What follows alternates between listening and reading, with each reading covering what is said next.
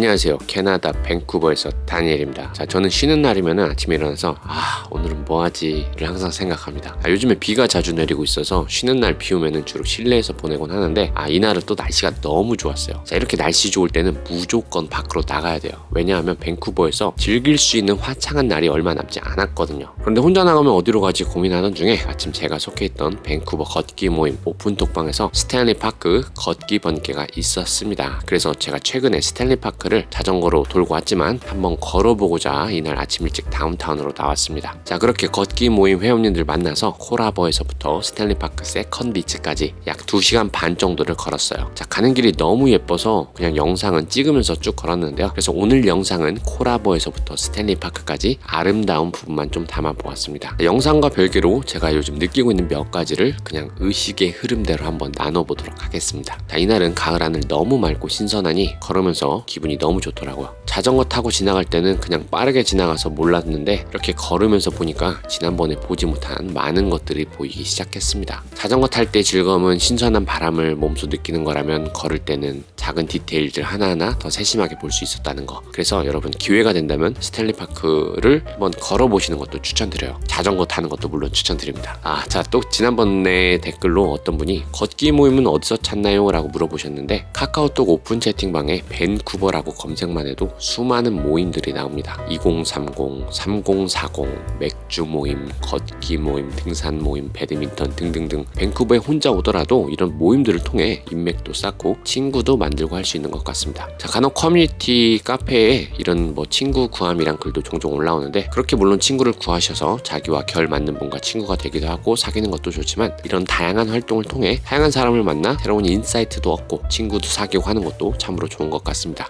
물론 모임마다 약간 이상한 사람들이 있을 수도 있으니까 요 점만 잘 주의하시면서 참석하시면 좋을 것 같네요. 자, 간혹 캐나다까지 와서 내가 굳이 한국 사람을 만나야 돼? 라고 생각하시는 분이 계시다면 미트업 모임을 통해서 외국 친구가 주최하는 여러 모임에 참석하시면 다양한 외국 친구도 사귀실 수 있답니다. 저도 한국 모임과 외국 모임을 나름 균형 있게 잘 맞춰서 나가려고 하면서 영어도 쓰고 한국어도 쓰고 하면서 잘 돌아다니고 있어요. 처음 밴쿠버에 왔을 때만 해도 밴쿠버에 아는 사람 별로 없어서 진짜 좀 심심하곤 했었는데 지금은 일도 하고 있고 교회도 다니고 여러 모임도 나가다 보니 처음 왔을 때보다 그래도 제법 아는 사람들이 많이 생겨 하루하루 알차고 즐겁게 보내고 있답니다. 자, 어제만 해도 그렇게 3가지 모임에 나갔었어요. 오전에 스탠리 파크 걷기 모임, 오후엔 언어 교환 모임, 저녁에는 술 모임에도 다녀왔답니다. 자, 그렇게 제가 요즘 만나고 있는 친구들을 보면 20대 초반부터 50대, 60대, 형님, 누님들까지 정말 다양한 나이대의 사람들을 만나고 있어요. 자, 이렇게 다양한 사람들을 만나고 있다 보면 이런 생각이 들곤 합니다. 내가 한국에 있었다면 이런 사람들을 만날 수 있었을까? 물론 이 사람들의 나이대는 물론이고 직업적으로도 너무나 다양해서 개인적으로는 인맥 쌓기도 좋고 또 다양한 분야의 사람들과 다양한 이야기를 나눌 수 있는 게 참 재밌고 즐거운 것 같습니다. 한국에서는 주로 제 오랜 친구들이나 가족들 그리고 직장 동료나 아니면 동호인들 뭔가 속해 있는 집단 위주의 사람들을 보았다면 여기서는 이 모임 저 모임 나가다 보면 항상 새로운 사람들이 있어서 그 새로운 사람으로부터 얻는 지식과 또 인사이트가 항상 있는 것 같아요. 한국과 외국의 파티 문화의 풍경이 다른 게 있다면 한국에서 예를 들어 파티를 한다면 주로 아는 사람들 위주로 불러서 파티를 하지만 외국은 파티를 한다면 제가 아는 친구를 데려갈 수도 있고 또 친구의 또 다른 친구가 새롭게 나와서 또 친구가 되기도 하고 이처럼 모르는 사람도 새롭게 만나서 친구가 될 수 있는 게 바로 외국의 파티 문화인 것 같아요. 그리고 제가 식당에서 일하다 보면 식당에 간혹 혼자 밥 먹으러 오셔서 옆 테이블과 친해져서 한 30분 이상 수다 떨고 가시는 분들도 계시더라고요. 이런 모습들 보면은 개인적으로는 너무나 신선하고 보기 좋았답니다. 영어에서는 people person이란 단어가 있는데 제가 개인적으로는 딱 people person인 것 같아요. 새로운 사람들과 만나고 대화하는 것을 즐기는 사람. MBTI로 보면은 이 성향이 있죠. 그리고 저는 I의 성향도 좀 있어서 간혹 혼자 있는 시간도 좋아합니다. 그리고 사람 만나는 것도 물론 좋아하고요. 자, 어제는 그렇게 걷기 모임에 나가서 50대, 60대 어른들과 다양한 대화를 나눴답니다. 자, 어제 나눈 대화 중에 요즘 아버지들의 서러움에 대한 농담들을 어른들을 통해 들었었는데요. 뭔가 신선하기도 하고 좀 우프기도 한 이야기였어요. 그래서 어제 어른들을 통해 들은 이야기를 몇 가지 공유를 해드리도록 하겠습니다. 자, 요즘 사회적 풍자로 집에서 이제 아버지의 그 서열이 개보다 낮은 집안들이 많다고 합니다. 그래서 어느 가족들은 이사갈 때 아버지에게 새로운 주소를 안 알려주기도 하는데 그래서 아버지는 자기 안 데려갈까봐 불안해서 이삿날에 강아지를 꼭 안고 있었다고 해요. 그래야 개를 데려갈 때 자기도 데려가지 않겠냐고 그런 사연도 있었고 또 어느 날 이제 와이프가 갑자기 곰탕을 끓이기 시작하면 아버지들은 불안해한다고 합니다. 그 이유는 바로 아내가 곰탕 끓여놓고 며칠간 나갔다가 안 돌아올 나올까봐 걱정한다고 하네요. 또 70대쯤 되면은 아침에 이제 눈 떴다고 남편이 아내에게 따기를 맞는다고 합니다. 이놈의 양감택이 아직도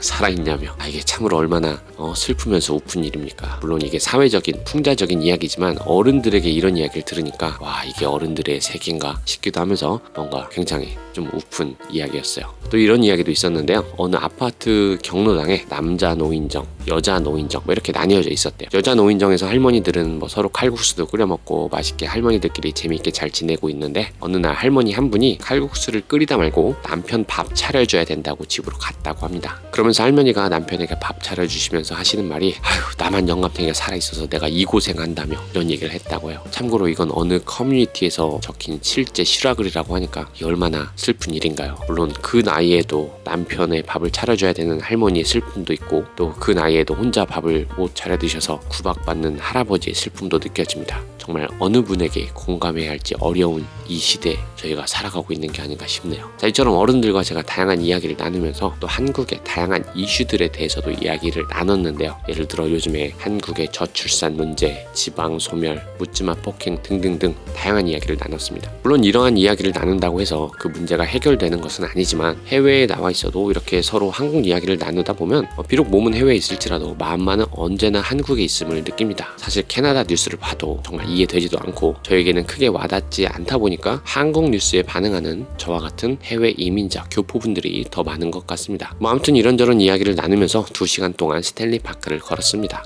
그리고 오후에는 외국인 언어 교환 모임에 나가 또 다양한 외국 친구들과 다양한 주제로 대화를 나눴는데요. 영어에는 스몰 토크라는 문화가 있어서 누구나 쉽게 대화를 할 수 있는 게 장점인 것 같습니다. 생각해보면 외국에서 제가 지금 만나고 있는 인맥들은 그리 깊은 인맥들은 아닙니다. 굉장히 얇고 또 넓은 인맥들이죠. 근데 생각해보면 제가 외국에 와서 그렇게 한국처럼 깊은 인맥이 필요할까 싶기도 해요. 왜냐면 외국에 제가 오래 살았다면 그만큼 오래 보는 친구들도 생기다 보면 깊은 인맥이야 자연적으로 생기는 거고, 저는 이제 겨우 6년 차니까 뭐 아직 한국 친구처럼 오래 보려면 더 오래 살아야 되겠죠. 그렇게 제가 요즘 만나는 친구들 중에서는 1년 워홀 비자 받고 오는 친구도 있고요, 학생 비자 신분도 있고, 잠깐 밴쿠버 놀러 갔다가 만나고 헤어지는 친구들도 있답니다. 사람들이야 어차피 수없이 만나고 헤어지니까 크게 신경 쓰진 않는 것 같아요. 예전에는 친해진 사람들이 떠나가는 게 굉장히 슬프고 우울했던 적도 있었는데, 지금은 뭐 만나기 헤어짐이 너무나 익숙해졌다고 해야 될까요. 그래서 요즘은 누구 친해진 사람이 떠난다고 해도 그냥 그러려니 합니다. 언젠가 보면 또 보는 거고 아니면 마는 거고, 왜냐면 한국에는 이미 저희 찐 친구들과 가족들이 있으니까 뭐 캐나다에까지 와서 인연들이 그렇게 오래 지속되지 않는다고 해도 뭐 인생에 크게 아쉬움은 없는 것 같아요, 솔직한 마음에.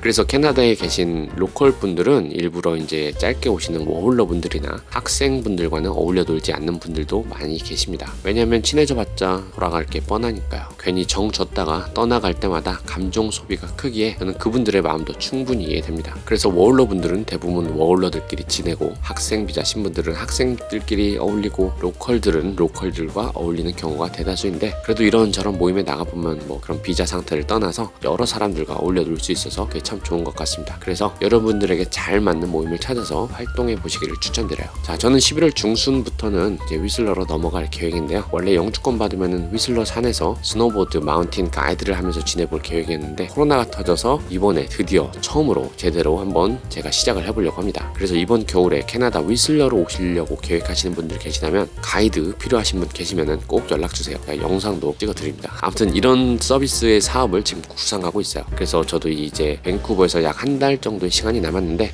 밴쿠버의 날씨가 허락하는 한 열심히 밖에 나와 밴쿠버의 맑은 날씨를 즐겨보려 합니다. 물론 비가 오는 날도 이제 점점 많아질 건데, 그래서 비가 올 때 즐겨야 할 것도 다 계획을 세워놨습니다. 비가 오면 하루는 밴쿠버 도서관에서 시간을 보낼 계획이고, 하루는 뮤지엄도 가볼 거고, 또 하루는 메트로타운 쇼핑센터에 가서 또 놀아볼 거예요. 아무튼 이처럼 비가 와도 밴쿠버는 즐길 게 참으로 많아요. 캐나다 밴쿠버로 여행이든 워홀이든 유학이든 오시는 분들 계시면은 밴쿠버가 한국 서울보다는 물론 작지만 이 안에서도 얼마든지 즐기고 볼 게 많으니까 주어진 기간 동안 얼마나 많은 경험을 쌓고 가는지는 여러분들의 몫인 것 같습니다. 그러니까 해외에 나오시면 열심히 돌아다니시고 많은 분들 만나서 다양한 경험하시기를 추천드립니다. 자, 그렇게 화창한 밴쿠버 가을날 스탠리 파크를 열심히 걷고, 랍슨 스트릿의 국경 반점에서 콤보를 2개나 시켜 먹었습니다. 열심히 걷고 먹으니까 맛도 꿀맛이더라고요. 자, 이렇게 오늘 또 주저리 떠들어 봤는데요. 그래도 이렇게 부족한 영상 봐주셔서 감사하고, 오늘 하루도 좋은 하루 보내시고 다음에 다른 영상으로 또 찾아뵙겠습니다, 여러분. 그럼 감사합니다. 안녕히 계세요.